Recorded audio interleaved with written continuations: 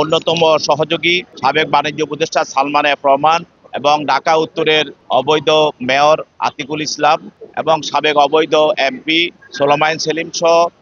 বিভিন্ন থানায় আওয়ামী লীগের, ছাত্রলীগ, যুবলীগ এবং বিভিন্ন সংগঠনের নেতাকর্মীদেরকে বিজ্ঞ আদালতে বিভিন্ন মামলায় উপস্থাপিত করা হয়। তার মধ্যে সালমান এফ রহমান আতিকুলকে একটি হত্যা মামলায়, বাড্ডা থানার একটি হত্যা মামলায় সন্নিবেশ করা হয়, গ্রেপ্তার দেখানো হয়। আর তার বাকি এর মধ্যে যে সাবেক অবৈধ মন্ত্রী, স্বরাষ্ট্র মন্ত্রী কামালের ছেলে জ্যোতি, তাকে একটি মামলায় 5 দিন রিমান্ড প্রার্থনা করা হয় এবং সাবেক অবৈধ এমপি সোলাইমান সেলিমের বিরুদ্ধেও 3 দিন রিমান্ড মঞ্জুর করা হয় এবং জোন আহমেদ পলক এবং সাবেক অবৈধ আইসিটি মন্ত্রী এবং সিয়াম রহমান ও আনার হোসেন ছাত্রলীগের নেতা, তাদের বিরুদ্ধেও